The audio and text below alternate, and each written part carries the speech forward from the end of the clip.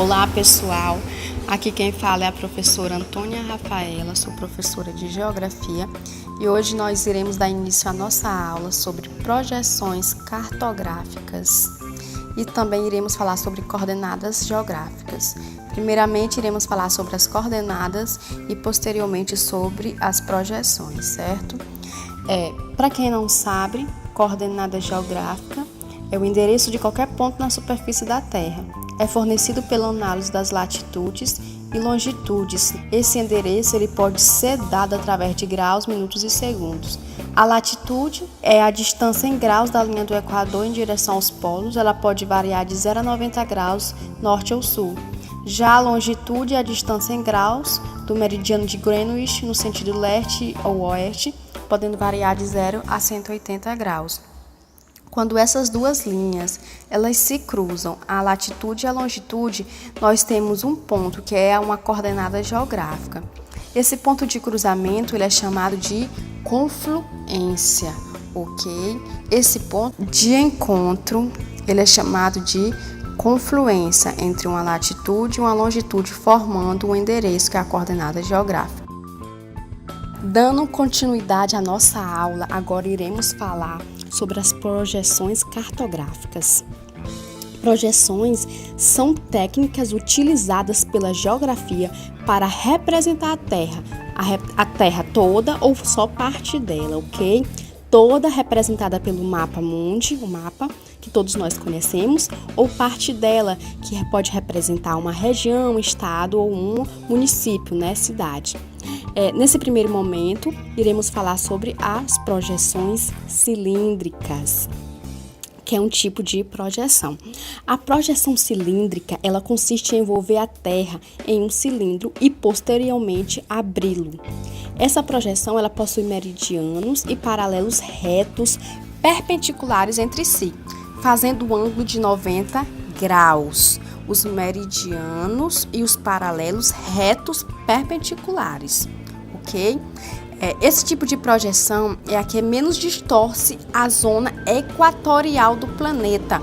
A zona central, a zona ligada ali à linha do Equador, esse tipo de projeção é a que menos distorce. Por que que isso acontece? Porque quando colocamos a esfera dentro de um cilindro, ok? O diâmetro ou o centro do Equador dessa esfera coincide com a do cilindro. Em compensação, a região dos polos é a mais distorcida. Essa região dos polos ela é a mais distorcida porque ela não coincide, né, esse centro com a do cilindro. Normalmente ela é utilizada para a representação do mapa mundi. Dentro dessas projeções cilíndricas, temos também o duelo do século. Esse duelo é entre essas duas projeções, que se colocam como antagônicas, que é a projeção de Mercator e a projeção de Peters, ok? A primeira, que é a projeção de Mercator, ela é do século XVI. Essa projeção ela tem como característica o privilégio das áreas do hemisfério norte. Então, o hemisfério norte ele tem um privilégio maior. Ele coloca a Europa no centro do mapa, ou seja, é eurocêntrico. Esse mapa de Mercator, que é o cilíndrico, um tipo de mapa cilíndrico, ele é eurocêntrico. A Europa fica no centro do mapa. Ela também se preocupa com a forma, ou seja, o contorno dos continentes. Esse tipo de projeção ele é muito usado na navegação marítima e aérea. Por que que esse tipo de projeção é usada muito nessa navegação e nesse tipo, né, de navegação? Porque ela permite estabelecer uma rota em linha reta com excelente grau de precisão, né? Esse tipo de mapa, esse tipo de projeção, ele dá essa característica que é você estabelecer uma rota em linha reta com excelente grau de precisão. Agora, contrapondo-se a essa projeção de Mercator, temos a projeção de Peters, né, que vem da década de 70. Essa projeção também é cilíndrica, só que Peters ele não se preocupa em colocar a Europa no centro do mapa, né? ele já centraliza o mapa por coordenadas geográficas, colocando o centro na coordenada 0 graus de latitude e 0 graus de longitude, ou seja, bem no centro mesmo do mapa. Ele se preocupa com a proporção das áreas e não com a sua forma. Por isso é chamada de mapa equivalente. Um exemplo, se o Brasil, se ele tem 8,5 milhões de quilômetros quadrados e a Groenlândia 2,1 milhões, então o Brasil ele vai ser 4 vezes maior que a Groenlândia, né? Então o que acontece? Então o mapa, ele desenha um mapa do Brasil 4 vezes maior, de acordo com a proporção que é na realidade.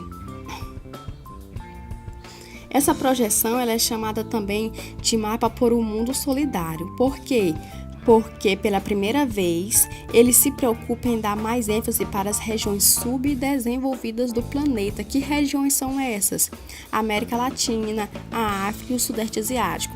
Então, é uma visão terceiro-mundista, né? Podemos dizer que é uma visão terceiro-mundista. Esses dois mapas cilíndricos, esses são 2 mapas cilíndricos, só que eles têm enfoques diferentes, como vocês podem ter percebido, né? Um dá privilégio à região norte, coloca a Europa no centro, e o outro, ele já centraliza de acordo com as coordenadas geográficas e dá privilégio aos países subdesenvolvidos, regiões subdesenvolvidas, ok? Então é isso, pessoal. Muito obrigada pela atenção.